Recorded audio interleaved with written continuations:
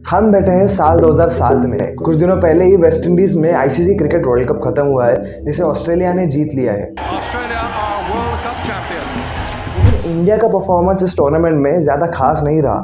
In fact India Bangladesh के साथ भी हार गई, जो इंडिया के कंपैरिजन में इतनी अच्छी टीम नहीं है। इंडिया टूर्नामेंट के पहले स्टेज में ही वर्ल्ड कप से बाहर हो गई और क्वार्टर फाइनल्स भी नहीं खेल पाई।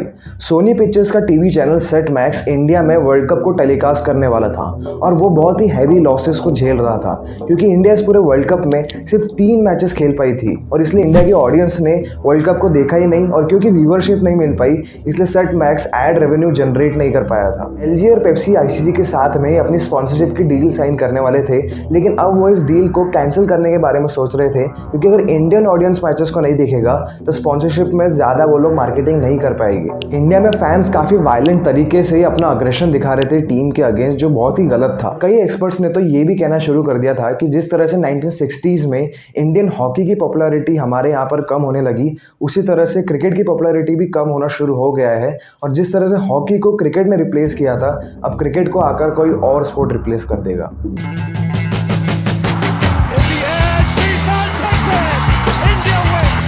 Welcome to the Vivo Indian Premier League 2018. In the top 10 richest sports bodies in the world. BCCI और इंडियन क्रिकेट ने उस टाइम के बाद में एक बहुत ही एनॉर्मस राइज देखा है बिजनेस पर्सपेक्टिव से, of course because of IPL. लेकिन आईपीएल जब 2008 में आया, उसके पहले भी बीसीसीआई दुनिया का सबसे रिचेस्ट बोर्ड ऑलरेडी बन चुका था। तो आईपीएल के अलावा भी काफी रीजंस है जिसके कारण बीसीसीआई इतना ज्यादा रेवेन्यू कमा पाता है। लेकिन कुछ एक्सपर्ट्स कह रहे हैं कि बीसीसीआई आने वाले टाइम में इतना रेवेन्यू जनरेट नहीं कर पाएगा। लेकिन इसका रीज़न क्या है, ये मैं वीडियो के एंड में बताऊंगा, सो वीडियो के एंड तक जरूर देखिए।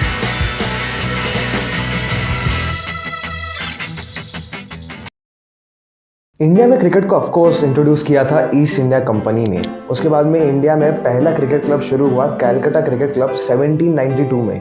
एक मिनट, हम लोग यहाँ पर क्रिकेट की हिस्ट्री डिस्कस करने के लिए नहीं आए, we are talking about business of cricket. और वो तभी आ सकती है जब ज्यादातर ऑडियंस इस स्पोर्ट को देखना शुरू कर दे, मतलब ज्यादा व्यूवरशिप आए। ये ओरिजिनल फॉर्म ऑफ क्रिकेट में नहीं हो सकता, क्योंकि ओरिजिनल फॉर्म ऑफ क्रिकेट है टेस्ट क्रिकेट, जो 5 दिन का एक मैच होता है और 5 दिनों तक लोगों के एक्साइटमेंट को रखना इतना ज्यादा आसान नहीं है। इसलिए चीजें बदली 1971 में, जब ऑस्ट्रेलिया और इंग्लैंड एक 5 डे क्रिकेट टेस्ट मैच खेल रहे थे और मैच के 3 दिन ऑलरेडी वॉश आउट हो चुके थे बारिश के कारण।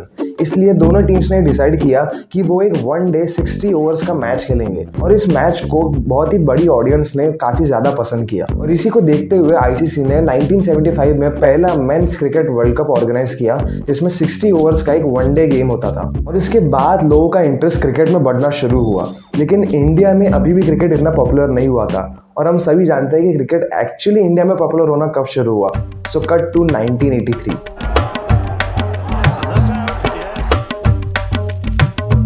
1983 क्रिकेट वर्ल्ड कप को जीतने के बाद में इंडिया में क्रिकेट की पॉपुलैरिटी इमेंसली बढ़ चुकी थी और इसलिए इंडिया 1987 का क्रिकेट वर्ल्ड कप होस्ट करना चाहता था। लेकिन 1983 तक एक भी वर्ल्ड कप इंग्लैंड के बाहर किसी और ने होस्ट नहीं किया था।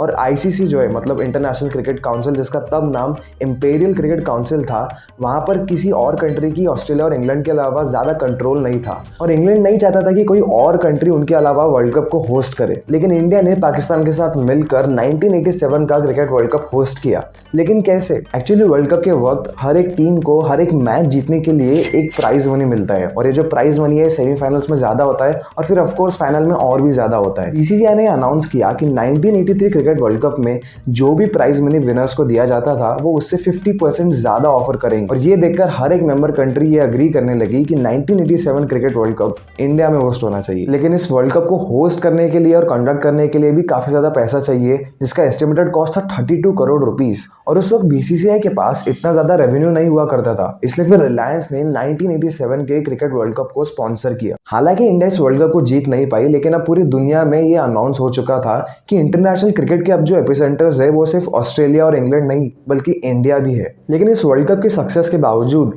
एक चीज थी जिसमें बीसीसीआई काफी ज्यादा लैग कर रहा था, और वो था रेवेन्यू का फ्लो। और 1987 से 1992 तक बीसीसीआई के ऊपर काफी ज्यादा कर्ज हो चुके थे, क्योंकि इंडियन क्रिकेट में रेवेन्यू का कोई भी एक बहुत बड़ा सोर्स नहीं था।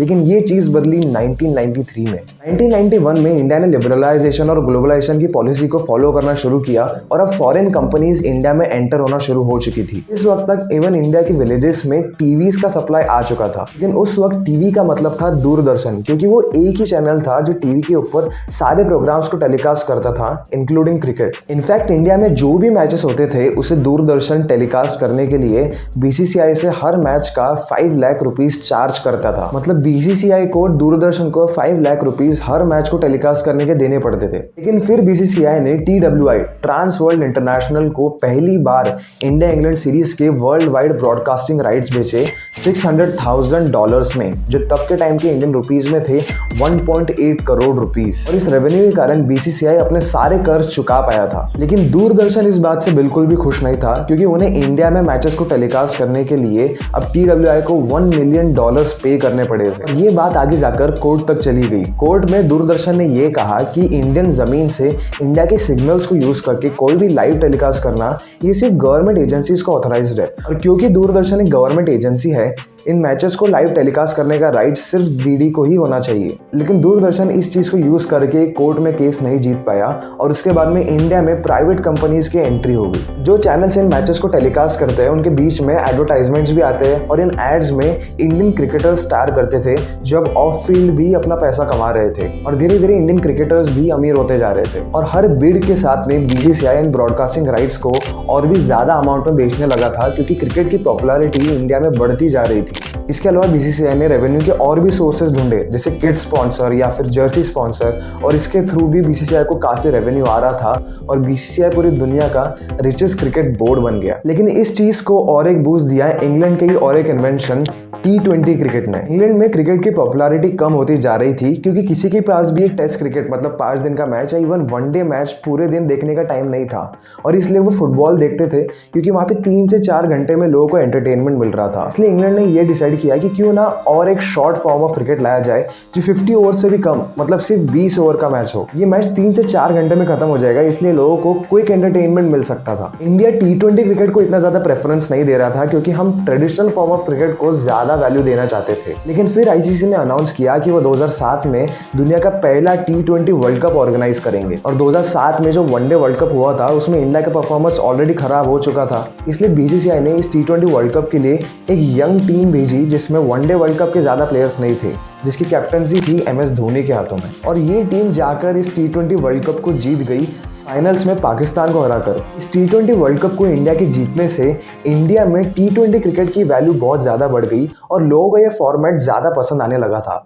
और इसी चीज़ का फ़ायदा उठाया बीसीसीआई के वाइस प्रेसिडेंट ललित मोदी ने। उन्होंने सोचा कि क्यों ना एक NBA और NFL की तरह एक लीग टूर्नामेंट लाया जाए इंडिया में, जिसमें 8 टीम्स एक ट्रॉफी के लिए लड़ेंगी 2 महीनों तक, जिसमें फॉरेन और इंडियन प्लेयर्स साथ में एक टीम में खेल सकते हैं। लोगों का IPL काफ़ी ज़्यादा इंटरेस्टिंग कॉन्सेप्ट लग रहा था, क्योंकि इससे पहले क्रिकेट में ऐसी चीज़ आज तक कभी नहीं हुई थी। IPL की सबसे खास बात यह थी कि इसमें इंडिया कभी हार नहीं रहा था, क्योंकि यहाँ पे फ्रेंचाइजीज एक दूसरे के साथ लड़ रही थी। इवन IPL के भी जो ब्रॉडकास्टिंग राइट्स थे उसको बीसीसीआई ने काफ़ी हैवी अमाउंट में बेचा, और इसके बाद में IPL की व्यूवरशिप हर साल एक्सपोनेंशियली बढ़ने लगी थी, जिससे जो ब्रॉडकास्टर्स थे वो एड्स के थ्रू काफ़ी ज़्यादा रेवेन्यू कमा रहे थे, जिसका एक शेयर बीसीसीआई को भी मिल रहा था। और जो टीम फ्रेंचाइजीज थी उनके स्पॉन्सर्स भी अपने मार्केटिंग और एडवर्टाइजमेंट कर पा रहे थे, और टीम फ्रेंचाइजीज भी काफ़ी ज़्यादा रेवेन्यू कमा रही थी। क्योंकि टीम फ्रेंचाइजीज रेवेन्यू कमा रही थी, इसलिए इंडियन क्रिकेटर्स की और इंटरनेशनल क्रिकेटर्स की इनकम बढ़ रही थी, और सारे क्रिकेटर्स अब IPL में खेलना चाहते थे। और IPL के आने से बीसीसीआई के लिए अर्निंग का एक बहुत बड़ा सोर्स तैयार हो चुका था।